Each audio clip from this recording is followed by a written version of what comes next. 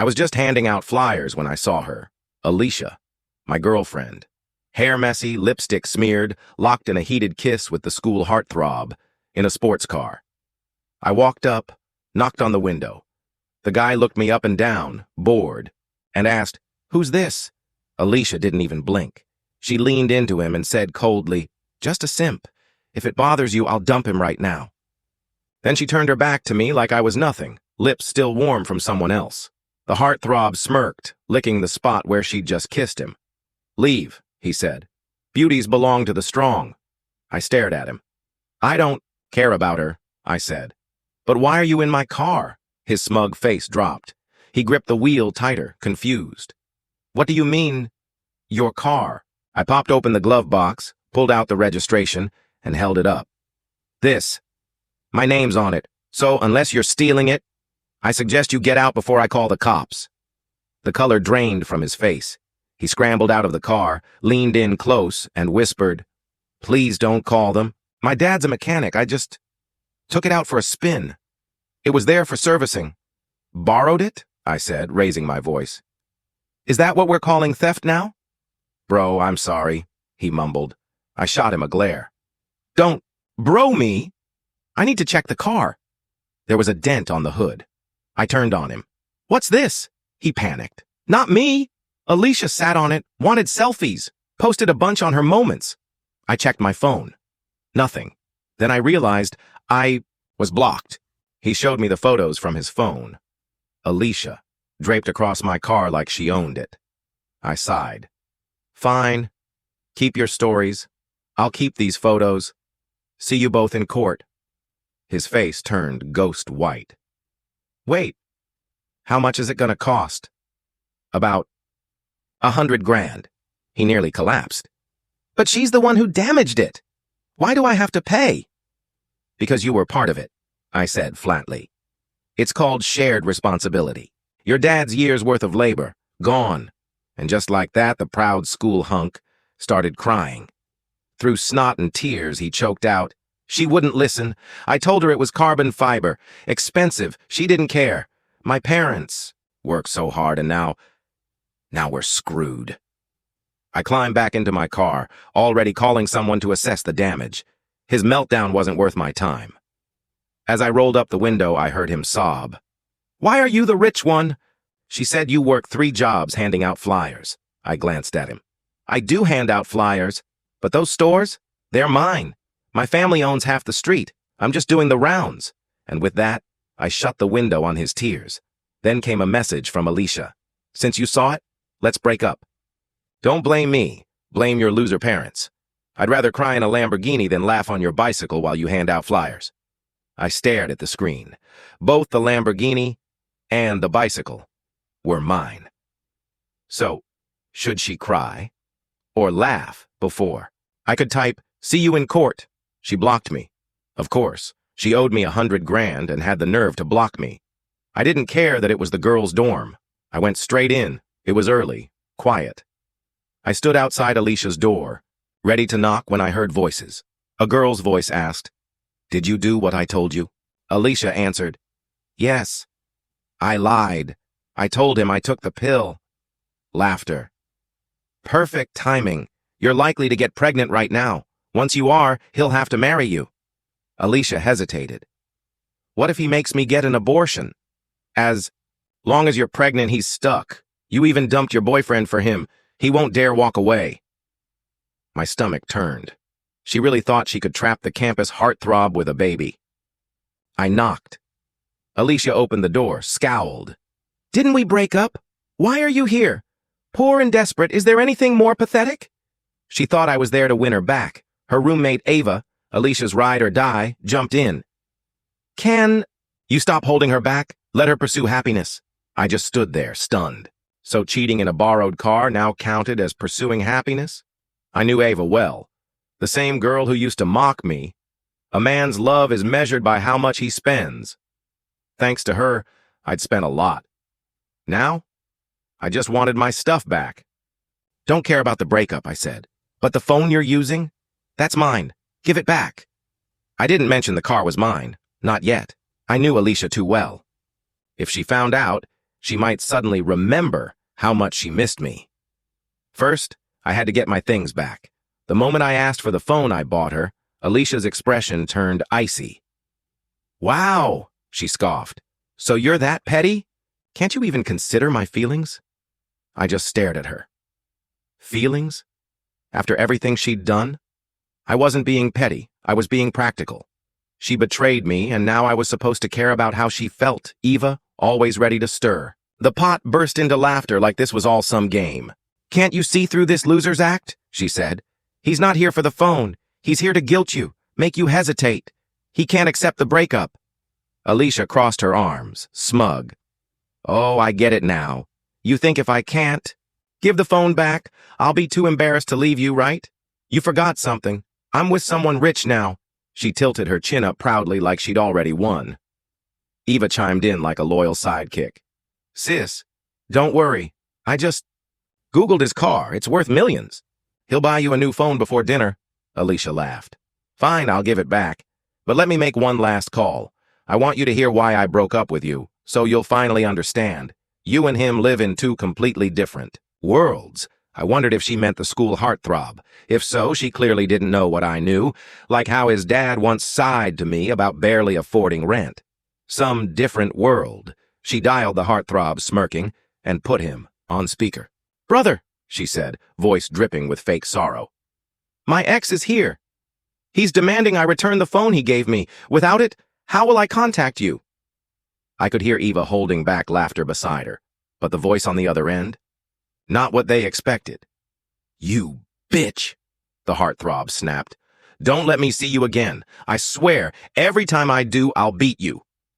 Dead silence. The air shifted. Alicia froze, her mouth still open. Eva blinked, stunned. Then the call ended with a hard click. Alicia stared at the phone like it had betrayed her. Eva recovered first, furious, and hurled a book at me. "What did you say to him?" she shouted. "You badmouthed her downstairs, didn't you?" Alicia's voice shook. "Yeah, he wasn't like this before. You must have said something. How vile can you be?" I was beyond words. I hadn't said a thing. But I did know why he was angry. After Alicia posted flirty selfies on the hood of my car, his borrowed status symbol, his family got stuck with thousands in debt. No wonder. He snapped. Eva folded her arms. "That's why I told you to date the heartthrob. This loser? He's bitter, conniving, always playing tricks behind your back." I turned to her. "So you admit it? You helped her cheat?" Eva scoffed. "Cheating? Please. I pulled her out of a sinking ship. You should thank me. She was about to marry you. Can you imagine?" Alicia rolled her eyes. "Fine. You can have the phone, but only if you apologize to the heartthrob and admit you lied about me." Eva chimed in, eyes blazing. "Yeah, get on your knees if you have to. Clear her name." I just took the phone, calm. "Apologize? For something I didn't do? And we're not done. I haven't even settled accounts." I sat down at her desk and opened my phone. There were records, transfers, gifts, payments, all the things I gave her in our relationship. I wanted it all back. Alicia tried one last play. "You're doing this in front of my friends?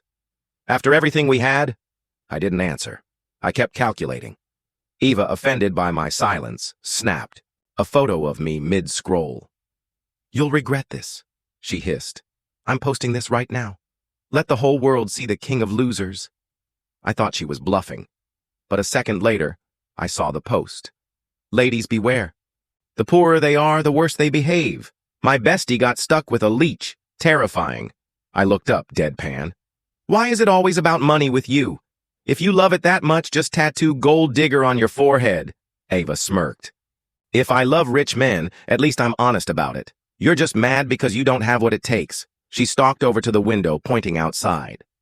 "Real men drive million-dollar cars and chase success. You're sitting here playing accountant like your ex is a debtor. You make her sick." That's when another roommate finally broke her silence. Quietly, she said, "Alicia, maybe just pay him back. It is your fault." The room shifted again. Alicia turned sharply. "What's that supposed to mean? Are you taking his side?" Eva jumped in like she'd rehearsed it. "Of course she is. She's jealous. You got a guy with a Lamborghini and she can't stand it." The roommate flushed with anger. "Don't put words in my mouth. I'm just telling the truth." There was one girl in that dorm I remembered clearly. Lisa. She wasn't flashy, didn't talk much, but she stood out in her own quiet way.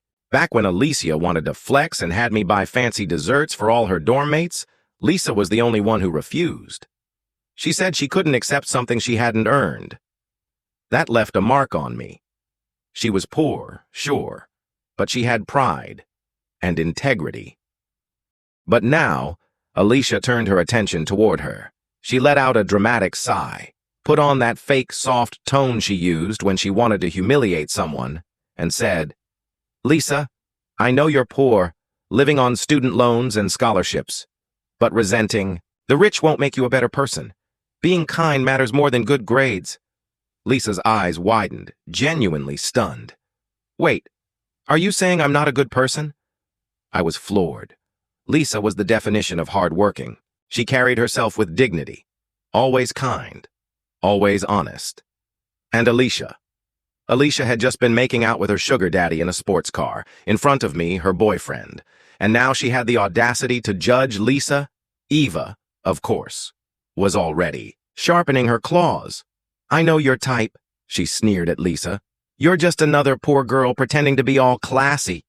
You saw he broke up and now you want to play the good girl card to steal him. Pathetic. You can't get with a guy in a Lamborghini, and even a guy handing out flyers is too good for you." Lisa's fists clenched, her face flushed with frustration, but she stood tall. "I work part-time as a tutor," she said firmly. "I make $2,000 a month." Eva looked her up and down like she was filth. "Right. To you, even mosquito legs are meat. I saw you yesterday, eating food that fell on the table. Poor girls like you have no shame." Lisa's eyes welled up, but her voice didn't waver. "It fell on the table, not the floor. That's not shame. That's being careful with what little you have." Before things could spiral further, Alicia slammed her phone on the desk, clearly tired of the theatrics. "You embarrass me," she snapped at me. "Dating you is my biggest regret. Just finish calculating and leave. I need to go explain all this to my new boyfriend." Eva jumped in, without missing a beat. "Don't worry, sis. I'll go with you. Once we clear this up, you'll be back in his arms. Little darling of the rich and powerful." I ignored them and kept doing the math. I didn't even include the cost of repairing the sports car. Didn't want Alicia to think I was trying to use it as leverage. God forbid she tried to get back, with me just to avoid the bill. After some time, I finished tallying everything. Gifts, transfers, small expenses over the year we'd dated. 18,000. I just stared at the number. I'd been living on a few hundred a month myself. Had no idea I'd spent so much until I saw it all laid out. Alicia and Eva looked stunned too. That was real money, especially for students like us. They didn't believe it at first, but after checking again, even they had to admit the math was right. Alicia muttered, 18,000. I don't have that kind of money right now. Eva, ever the enabler, put on a brave face. Don't panic. I'll help. How we treat him now affects how the heartthrob sees you. Even if we have to borrow from loan sharks, we'll make it work. You have to cut this loser off if you want to marry into money. Alicia hesitated, then nodded. Okay, we'll borrow it.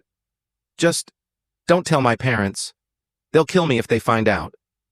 I held back a bitter laugh. If 18,000 was enough to get her killed, what would happen when the real bill, nearly 100,000 for the car, showed up at her door? They got to work fast, messaging classmates, calling people, and surprisingly it worked. Friends sent a few hundred here, a few hundred there. Even Alicia seemed shocked. Wow, she said. People really trust me. Eva smirked. It's the selfies. You, in that $1 million car? Everyone wants to stay on your good side. They think they're lending to someone close to a rich man. Alicia's eyes flicked to me, then narrowed. See that? That's the power of a real man. Even his glow makes people want to help. If I were still with you, would anyone care what happened to me? Eva chimed in with venom. Being with him is the biggest tragedy in your life.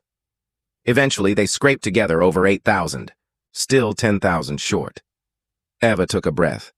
I know a guy from the underworld. He'll lend us the rest, but if we can't pay it back... Alicia's face twisted in fear.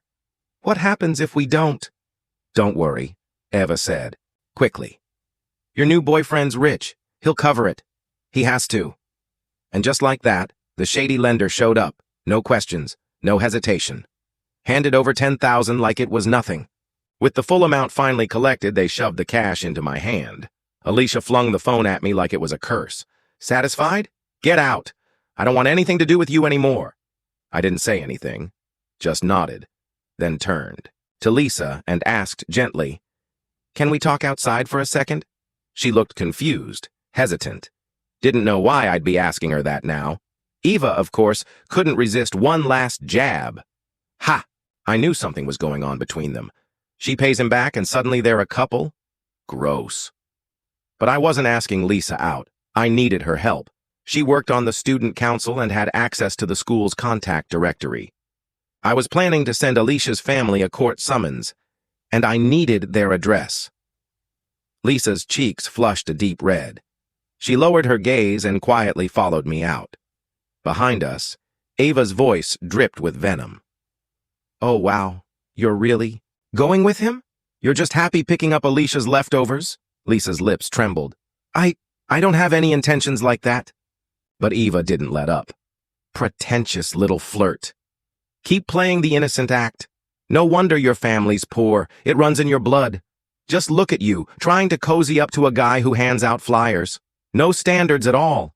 It really shows where you come from. Alicia watched with smug disgust, her voice sharp and cold. "Good thing I dumped him. Now this loser's all yours. Let me give you one piece of advice. A whore and a dog, may they last forever." I said nothing. I just led Lisa out of the dorm, down the hallway where the chaos of that room couldn't follow. She walked beside me quietly before whispering, "I only spoke up earlier because I was angry. Please, don't take it the wrong way. I really just want to study, that's all. I'm not like them." I looked over and nodded. "I know. You're tutoring, surviving on scholarships, working hard. Romance isn't exactly on the schedule." Lisa looked up at me, puzzled. "Then, why did you ask me to come out?" I took a breath. "You're on the student council, right? I need Alicia's home address." Her face stiffened, panic creeping in fast. "What are you planning to do? Please, don't do anything crazy." She grabbed my hand, eyes wide with worry. "We may not have money," she said softly but firmly, "but we still have dignity. What they did was wrong, but don't let their mistakes ruin your life."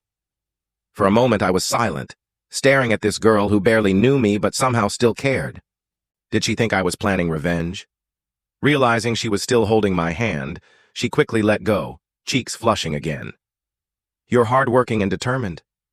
I believe you'll have a good life. And Alicia? She's going to regret all this. Maybe not now, but she will." I gave a small smile. "It won't take 10 years. The damage assessment's already in, and if her family lives in the city, regret is just around the corner." Lisa looked stunned. "What? What are you saying? I told her everything." That the car Alicia had been flaunting in her selfies? It was mine. She blinked, completely speechless, until I showed her the registration. Only then did it finally sink in. Still dazed, Lisa went to fetch the contact directory. A few minutes later, she handed me Alicia's address. Turns out, it was just a few kilometers from the dealership. Fate really has a sense of humor. I made a call. The dealership said the damage report would be delivered within 10 minutes. Then I realized I had a problem. Alicia didn't have a phone anymore. How would I reach her for debt collection? Sighing, I turned back. Time to return the phone temporarily. When I walked into the dorm again, Alicia's eyes narrowed. "Why are you back?" I held out the phone. "You don't have one right now, just borrow this for a couple days." Eva clutched her chest in mock disgust. "Ugh, I'm gonna puke. I knew it. This pathetic simp is just playing the long game, trying to win you back with fake kindness." Alicia rolled her eyes.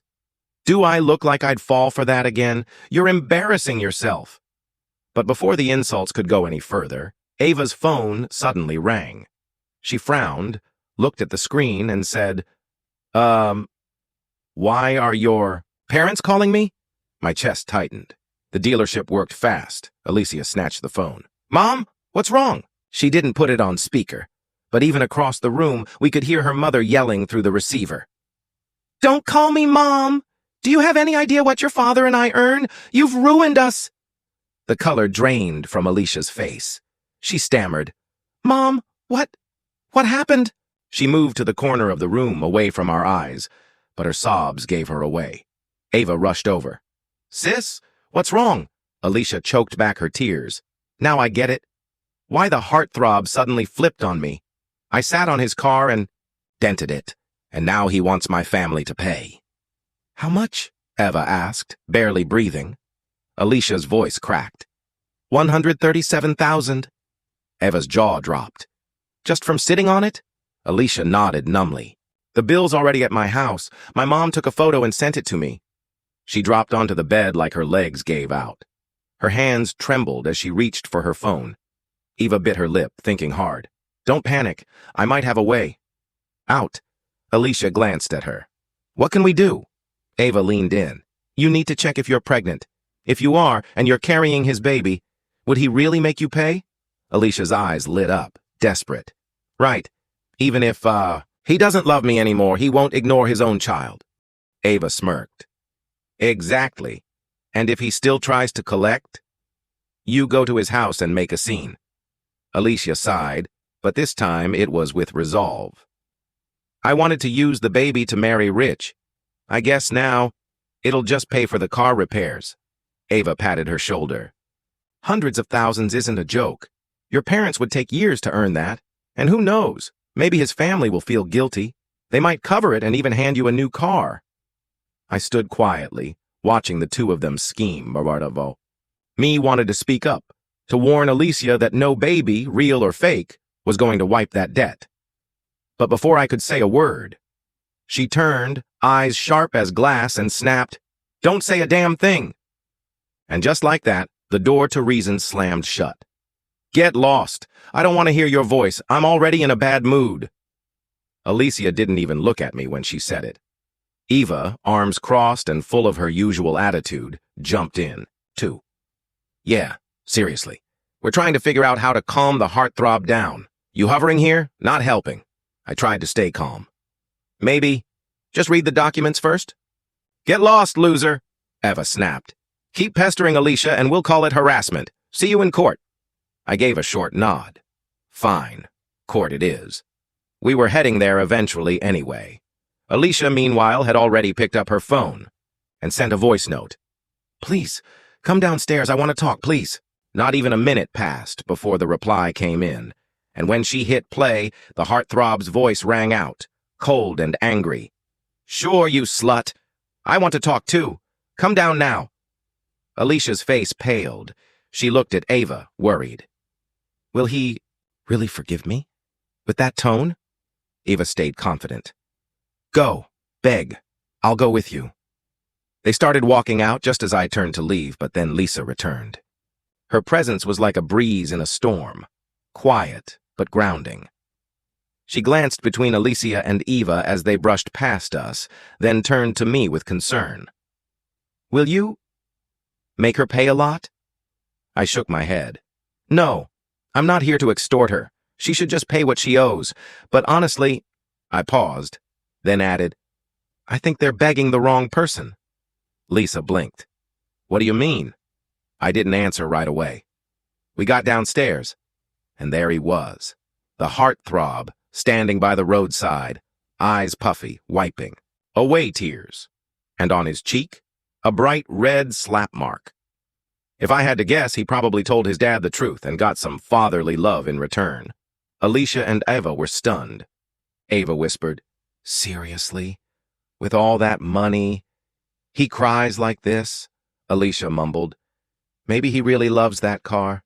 He always babied it during our dates." "They say a car is a man's second wife," Eva added with a sigh. I rolled, my eyes. "That car? Yeah, it's mine." Alicia took a deep breath, stepped forward, and tried her softest, most apologetic voice. "Baby, let me explain." But the guy's face twisted with rage. "Explain to your grandfather, you bitch!" And before anyone could react, he grabbed Alicia by the hair and slapped her, hard. Gasps erupted around us. Eva froze, shocked. Alicia stumbled, trying to recover, but the heartthrob was already swinging again, his punches landing faster than anyone expected. "Baby, hit me if it makes you feel better. Just don't leave me," Alicia cried, face swelling. "I don't need your compensation," he roared, fist still flying. Her classmates, once whispering about her dating a rich guy, now watched in horror as she got pummeled like she meant nothing. Eva ran in, panicked. Hey, stop! She's a girl!" But he didn't stop, not until a front tooth popped out of Alicia's mouth. She choked on blood and sobbed, falling to her knees to scoop the tooth off the ground. "Eva, go get some milk." I nodded, murmuring more to myself, "Smart. There's still a chance to reattach it if you soak it fast." Lisa turned, to me, shocked. Are you enjoying this?" "Me? No," I shrugged. "We were in love once. Seeing her like this, it hurts too." Lisa stared harder. "Then why are you smiling?" I grinned softly. "I smile a lot. People who smile often get lucky." Alicia, bloodied and humiliated, suddenly looked up and screamed at me. "You're not even a man! Look at what he did, and you still won't help me?" I met her gaze. "You told me not to harass you, that we'd settle this in court, so here we are." And that's when the heartthrob finally noticed me. His eyes widened. He stepped toward me. I thought maybe he'd yell, maybe even throw a punch, but instead, he dropped to his knees, in front of everyone. "Bro," he sobbed. "I'm sorry. Please, forgive me." Everything stopped. You could hear the wind shift. Mouths hung open. Students stared. Lisa looked down, silent. Eva trembled. Alicia, face swollen and bleeding, tried to sniff back blood, but choked and coughed instead. No one, absolutely no one, saw that coming. Honestly, even I didn't see it coming. As he cried on his knees in front of everyone, I just sighed. "If you knew this is where it would end, why'd you do it in the first place?" Eva, dazed and clearly confused, whispered, "Wait, why are you apologizing to him?" I stayed calm. "Good question. Tell them. Tell everyone why you're apologizing. To me." The heartthrob choked through his tears. "I shouldn't have stolen your car. I just wanted to show off. And Alicia, I never should have taken her from you. I was disgusting. I told my dad, but we're already behind on rent. We can't afford the damages." I nodded slowly. "Your dad works hard. That's exactly why I sent my car to your family's repair shop. I figured someone that dedicated would raise someone decent." His head dropped lower, body trembling. "I'm sorry. Please, I'll do anything. If you can give us more time to pay, I swear, I'll work it off. Anything." Alicia, who'd been silently watching, suddenly blinked in confusion. "Repair shop? What are you even talking about?" I turned toward her. "The facts are right. In front of you." She pointed shakily at the car, the one she'd flaunted just days ago. "That car is yours?" I nodded once. "Yeah, that's mine." Her face dropped. The blood, the missing tooth, none of it fazed her now. She was stuck in disbelief. "How can you be the rich one? Weren't you the flyer guy?" "I do hand out flyers," I said plainly. "But they're for my shops." And just like that, she cracked. Alicia stumbled toward me, ignoring the pain in her legs and the blood still leaking from her mouth. She clung to my arm, sobbing. "Baby, let me explain, please." I gently pushed her hand away. "I'm not your baby. Not anymore." I turned back to the heartthrob, placing a firm hand on his shoulder. He flinched like he thought I'd hit him. "This isn't your dad's fault. It's yours." And honestly, I should thank you. You showed me who my girlfriend really was. That's worth something. I took a breath, gave him a long look, and added, "You're graduating next year, right? We'll negotiate. You'll pay the damages in installments. 3 years. You start earning, you start paying." He looked up, surprised. "Seriously?" I nodded. "Yeah, it's your debt, not your father's, but..." I tilted my head toward Alicia. "Her tooth? That's on you." He scowled. "I'm not paying a damn thing for her. Lock me up if you want. I'm not giving her a cent. I'm not getting into any government jobs anyway." I let out a short laugh and patted him on the back. "Now that's the first smart thing you've said today. Fine. Skip her tooth bill. I'll even shave off 1,000 from what you owe. Consider it a reward. Alicia was speechless. She looked like someone had just ripped the ground out from under her. Baby, I was wrong. I admit it. Just give me one more chance, she whimpered. Then, just like that, she spun around and pointed at Eva. This bitch! It was all her. She told me to do it. I loved you. I was just stupid. Eva didn't even blink. Her face was blank, like her soul had left the building. Alicia's voice cracked. You manipulated me. I only cheated because you kept saying he didn't love me. I'd had enough of the drama. Just make sure you take a morning after pill, I said flatly. Not because I care. I don't. But you'd definitely go for an abortion. And I'd hate for an innocent life to suffer because of someone like you. Alicia's face drained of color. Eva suddenly burst into tears. Wait, you're not going to pay back the money I helped you borrow? She asked Alicia, her voice shaking. Alicia turned on her. You ruined everything. Why should I pay you back? Eva broke down. I'll be beaten to death if I don't pay that loan back, I said casually. Then pay it back. Simple. She screamed through her tears. How? I don't have 10,000 just lying around.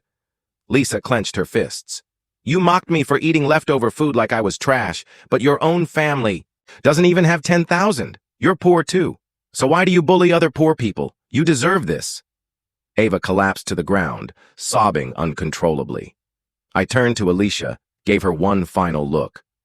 Goodbye. If it's not about paying me back, don't ever contact me again. I'll file for harassment. Then I turned to Lisa, smiling. Since the witch has been dealt with, how about we grab a meal to celebrate? I'll drive. She raised an eyebrow. Are you drunk? Why the hell would I get in your car? I scratched my nose awkwardly. Fair. I slid into my sports car and drove off. Eventually, Alicia and the heartthrob's families split the damage costs. Word got out that her parents beat her badly. When she got home, so badly they fractured her leg. She had to wear a cast. Worse, it didn't heal right. Doctors said she might have to break it again just to fix it. Too ashamed, she never came back for her final year.